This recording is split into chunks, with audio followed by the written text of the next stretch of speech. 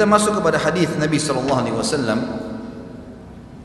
tentang bagaimana kondisi seseorang pada saat dibangkitkan pada hari kiamat. Sabda Nabi SAW di dalam hadis riwayat Muslim nomor 2860. Pada saat beliau berkhutbah, beliau mengatakan, wahai sekalian manusia, sungguhnya kalian pasti akan dihimpunkan di padang mahsyar di hadapan Rabb kalian dalam keadaan telanjang kaki, telanjang badan, dan tidak tersunat. Ketahuilah bahwa sesungguhnya orang pertama yang akan diberikan pakaian adalah Ibrahim alaihissalam. Dan ketahuilah bahwa sungguhnya nanti akan didatangkan beberapa orang dari umatku pada hari kiamat, lalu mereka diseret ke kiri, tidak boleh bertemu dengan aku, maksudnya kata Nabi SAW. Maka pada saat itu aku berkata, ya Rabb, mereka adalah sahabat-sahabatku. Lalu Allah Subhanahu wa ta'ala menjawab melalui lisan para malaikat, sesungguhnya kamu tidak tahu apa yang mereka lakukan sepeninggalmu. Kata para ulama hadis, yang dimaksud adalah adanya beberapa sahabat yang sempat syahadat pada saat Nabi SAW ya diutus. Kemudian pada saat Nabi SAW meninggal, maka mereka murtad. Kalau anda pernah mempelajari atau pernah baca sirah nabawiyah, pada saat Nabi SAW meninggal, maka seluruh jazirah Arab murtad, kecuali 3 kota, Madinah, Mekah, dan Taif. 3 kota ini subhanallah yang tetap dalam Islam. Yang lainnya semua umumnya murtad, tinggalin agama, padahal tadinya sudah beriman, gitu kan? Lalu kemudian Abu Bakar radhiyallahu anhu mengutus pasukan yang memerangi mereka sampai akhirnya banyak yang kembali ke Islam dan banyak juga yang terbunuh dalam kekafiran. Yang paling terkenal 2 kisah, Musailamah al-Kadzab yang mengaku sebagai nabi juga, dan ada Al-Aswadul Unsi. 2 ini pemimpin suku, di bawah mereka ada 100.000 orang dan semuanya mengakui keduanya sebagai nabi, murtad dari agama Islam.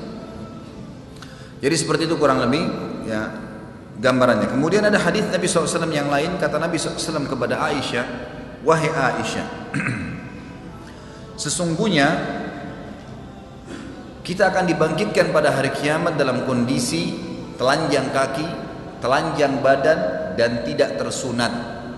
Lalu kata Aisyah, ya Rasulullah, kalau begitu setiap orang akan lihat satu sama yang lain, laki-laki dan perempuan telanjang gak pakai pakaian, pasti mereka saling lihat. Kata Nabi SAW, wahai Aisyah, pada saat itu bukan seperti yang kau bayangkan. Gak ada lagi orang mau lihat auratnya orang lain, karena setiap orang hanya sibuk apakah dia akan ke surga atau ke neraka. Saya kasih contoh memahami hadis ini. Kalau terjadi kebakaran, ada orang lari telanjang, Bapak Ibu masih sibuk melihat auratnya? Ini kebakaran, kita bisa kebakaran, bisa mati kebakaran. Dia lari pada orang telanjang, tapi kita pun mau menyelamatkan diri. Atau musuh lagi nyerang, atau terjadi gempa, dan itu. Atau terjadi banjir yang besar, orang sudah nggak pikir syahwat lagi. Itu contoh rasional dunia ya. Di akhirat nanti lebih dahsyat daripada itu, lebih dahsyat daripada itu. Jadi Allah Subhanahu Wa Taala menjelaskan kepada kita dalam banyak sebenarnya ayat Al-Quran. Di antaranya tentang kejadian mahsyar itu ada disebutkan dalam surah Al-Hajj, surah nomor 22 ya.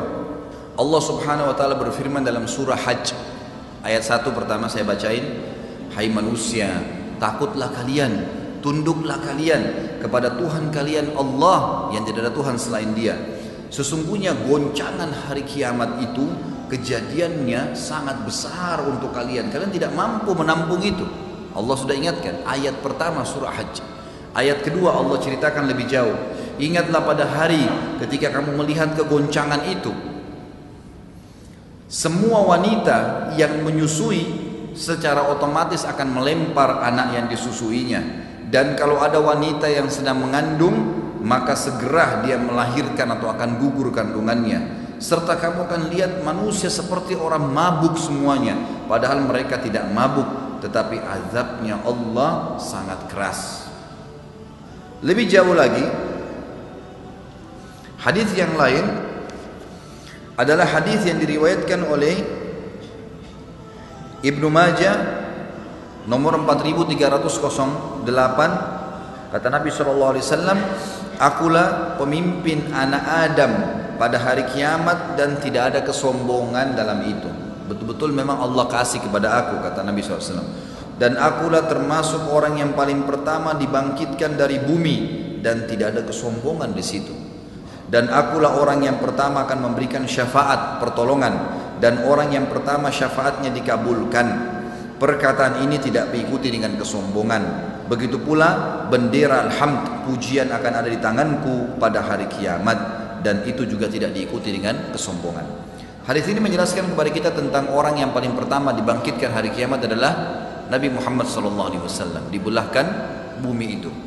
Lalu kata Nabi SAW dalam hadis yang lain, hadis sahih riwayat ahli sunan, nanti di mahsyar setiap orang akan dibangkitkan dalam keadaan mereka tenggelam dengan keringatnya sesuai dengan kadar dosanya.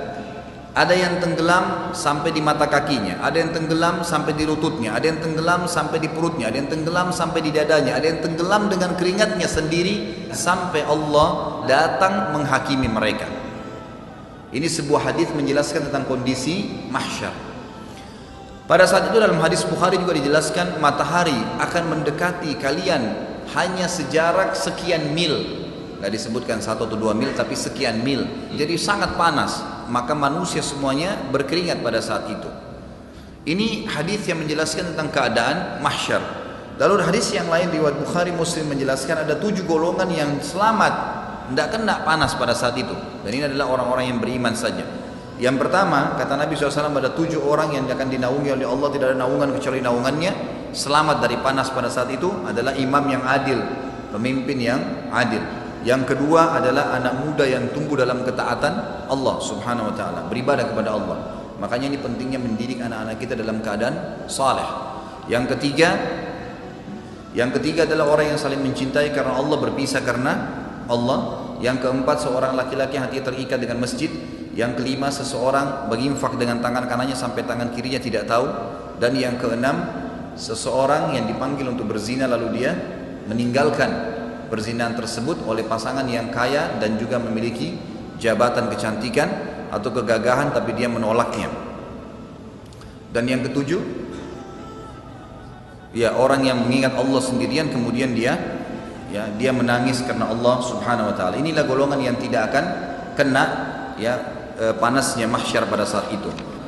Pada saat itu kata Nabi sallallahu alaihi wasallam, semua manusia akan kesusahan.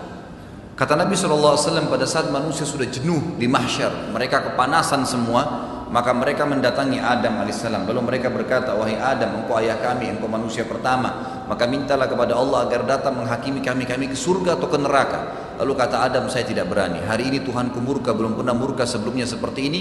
Dan aku sendiri pernah berbuat salah, memakan buah khuldi, walaupun aku sudah bertaubat kepada Allah. Nafsi, diriku sendiri.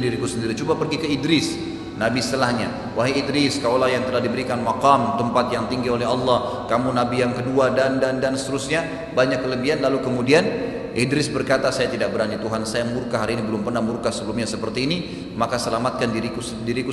Pergilah, coba pergi ke Nabi Nuh terus mengatakan hal yang sama. Kemudian pergi ke Nabi Hud, Saleh, Syuaib, semua Nabi semuanya nolak. Kata Nabi SAW, tentu ada dialog panjang di sini, tapi yang jelas mereka semua nolak. Terakhir Isa alaihissalam, Isa berkata, saya tidak berani, pergilah coba kepada Muhammad. Kata Nabi SAW, apakah kalian tahu nanti bagaimana orang hari kiamat tahu kedudukanku? Para sahabat mengatakan, Allah dan Rasulnya lebih tahu. Kata Nabi SAW, mereka akan mendatangiku setelah Isa. Lalu mereka mengatakan, wahai Muhammad, orang-orang semua pada dengar, engkaulah Nabi terakhir, engkaulah Nabi penutup, engkaulah yang telah diangkat oleh Allah sebagai pemimpin anak Adam. Mintalah kepada Allah agar datang menghakimi kami ke surga atau ke neraka. Lalu aku berkata, ana lahu, saya pemiliknya. Lalu Nabi kita Muhammad SAW mengatakan, saya datang ke bawah arsy-Nya Allah, kemudian saya sujud, kemudian saya dibukakan oleh Allah puji-pujian untuk Allah yang tidak pernah dibukakan untuk orang sebelum aku dan juga sesudahku. Lalu terdengar suara dari langit, kata Nabi SAW, Allahu alam berapa lama saya sujud, lalu terdengar suara dari langit, dari arsy-Nya Allah. Allah berfirman kepada Nabi SAW mengatakan, wah Muhammad, angkat kepalamu, berikan syafaat, maka kau akan diberikan syafaat. Maka pada saat itu Allah Subhanahu wa taala pun memberikan izin Nabi SAW, maka beliau memberikan 2 syafaat pertolongan. Pertolongan pertama adalah semua manusia dihisab pada saat itu ke surga atau ke neraka, dan yang kedua adalah beliau memberikan syafaat pertolongan untuk umatnya sallallahu alaihi wasallam agar bisa diselamatkan dari api neraka.